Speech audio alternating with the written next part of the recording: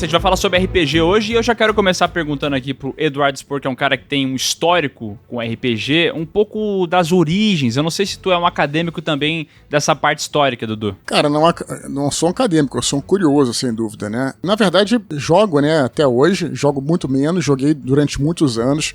Para mim o RPG foi um laboratório para a literatura, que me levou à literatura.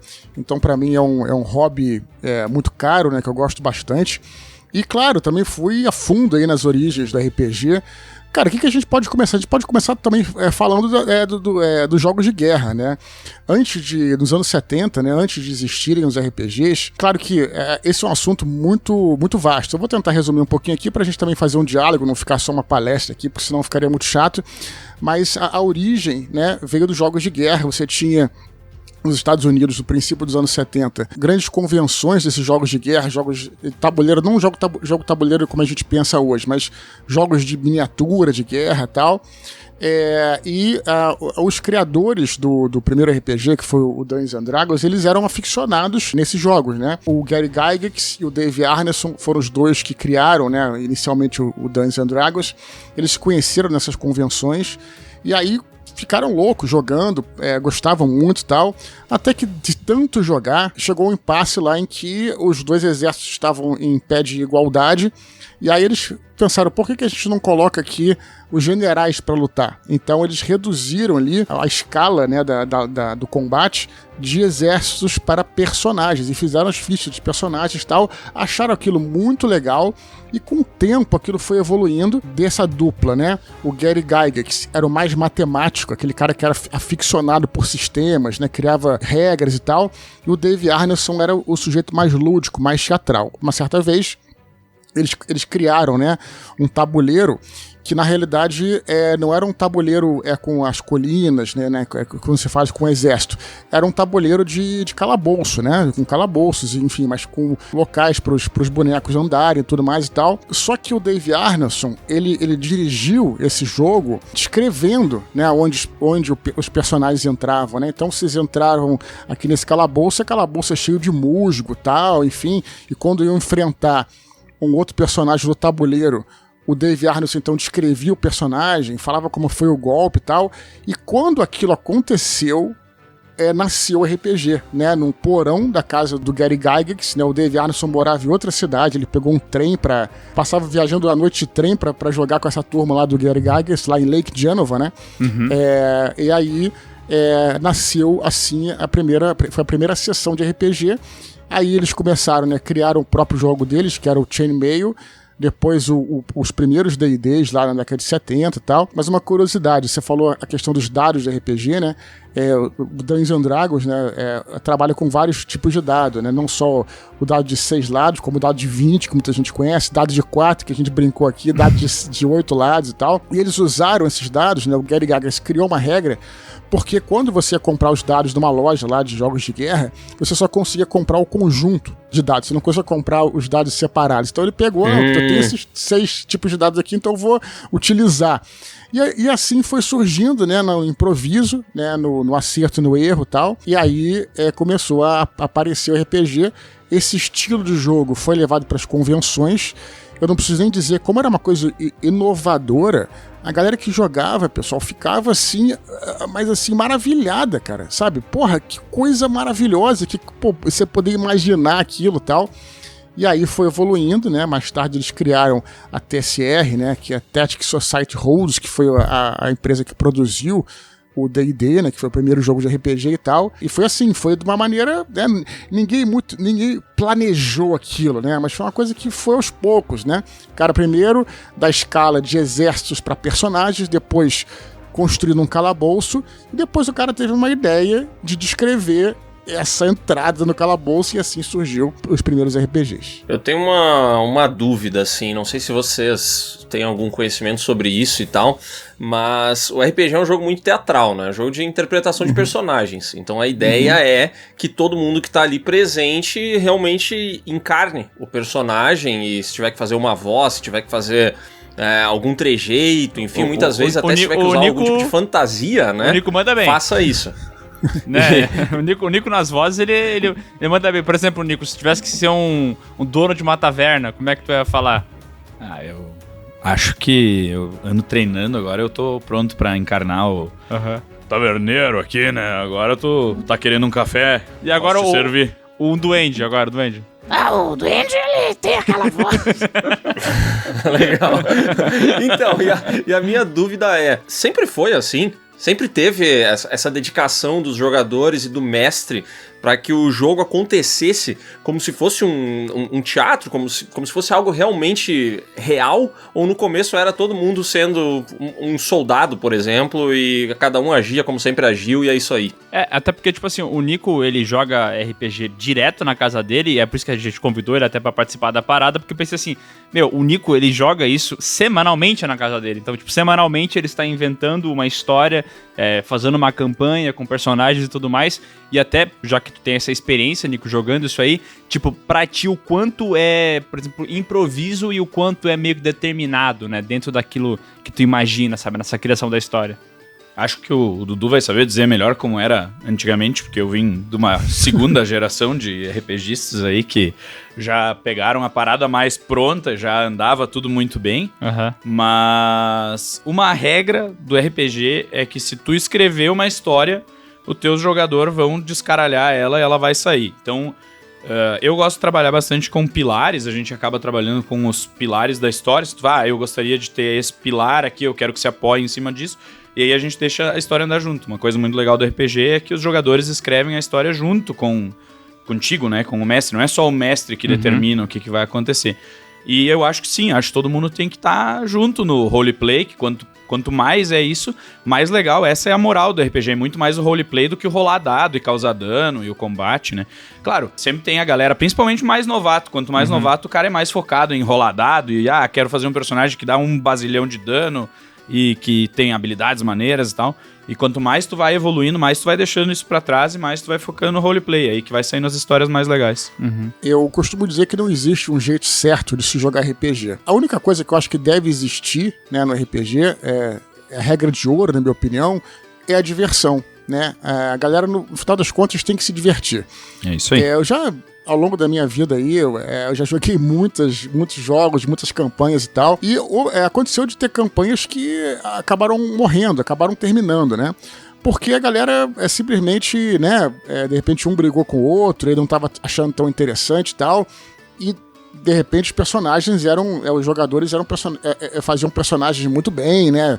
Em tese jogavam muito bem e tal, mas o que adiantou aquilo se as pessoas saíam do jogo chateadas, né? Com o jogo, alguma coisa. Não, nada disso, né? Eu já joguei com jogadores que eles eram muito tímidos e não tinham capacidade de interpretar nem nada, mas eles faziam o que eles podiam, ajudavam um grupo, né, e estavam se divertindo, estavam contribuindo para um divertimento comum. É uma experiência muito particular, então no fundo o que importa é a diversão, no final das contas, né?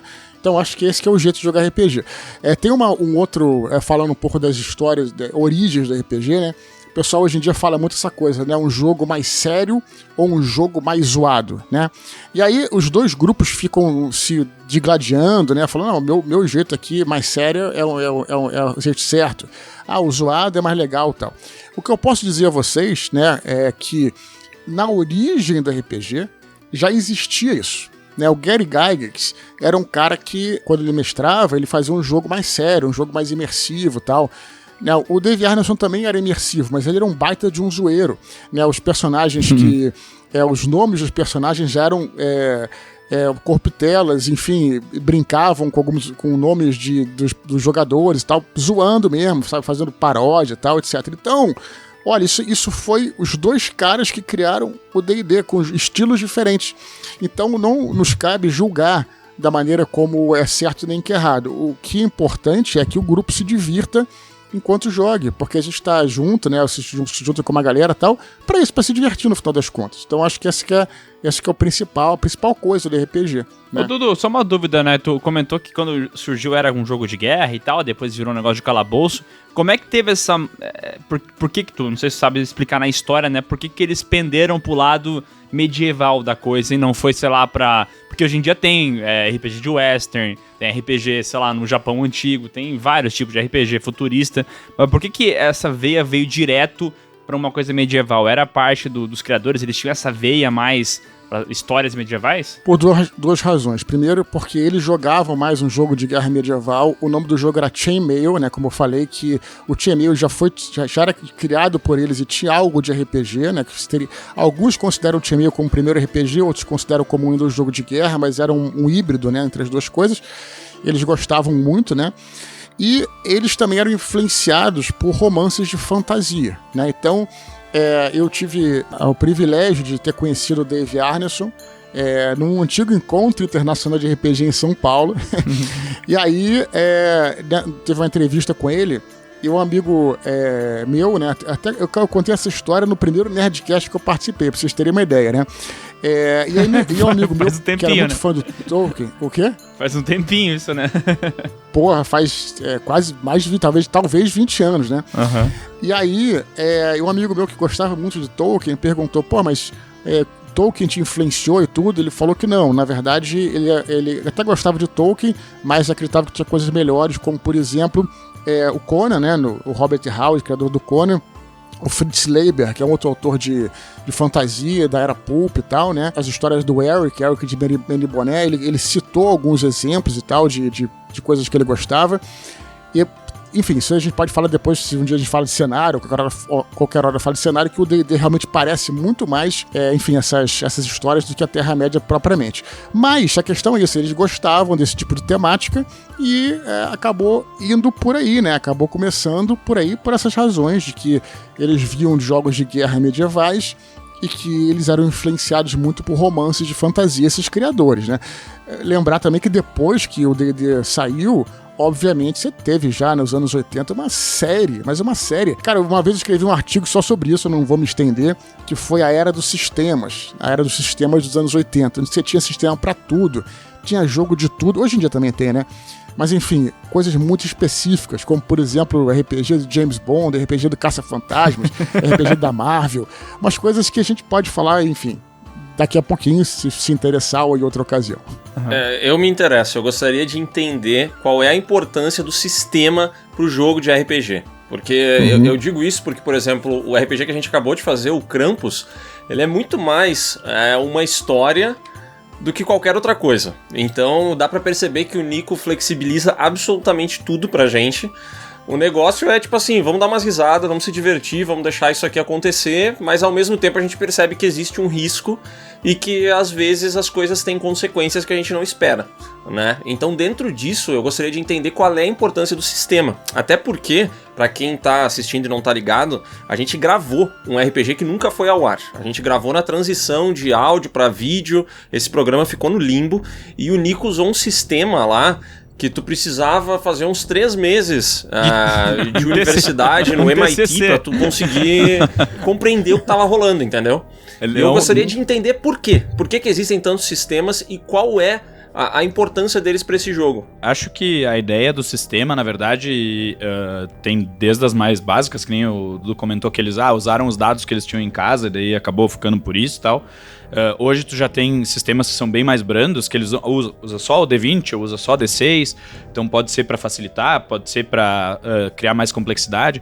Normalmente, tipo, a ideia de ter mais dados, enfim, mais coisa é tipo, vamos fazer uma variância do tipo de classes de dano ou coisa assim, porque é mais fácil tu variar os tipos de dados, mas tem uns que, por exemplo, é tudo baseado em D6 e em vez de mudar o tipo de dado, tu aumenta a quantidade de dados, tem uns que tu usa modificadores, tem vários tipos de sistema. A ideia deles todos é a mesma, que é proporcionar o roleplay, ou proporcionar a diversão, enfim, que o sistema nada mais é do que a base que vai ser usada pra criar a história, que vai ser usado para os jogadores jogarem. Eu lembro que quando a gente jogou esse que o Léo tá comentando, que era uma parada medieval não, desculpa, era uma parada que era tipo meio floresta, alienígenas, pirâmides, tinha todo um contexto desse, e eu lembro que tinha um lance da sanidade, lembra disso que a gente trabalhava? Eu não lembro se era sanidade ou não, mas ele tinha um modificador que eu não sabia como funcionava muito bem, e nem como é que isso iria, tipo assim, influenciar minhas futuras jogadas, né? Porque tinha um lance desse, né? É que a ideia, o nome do sistema base é Mothership aí, pra quem estiver olhando,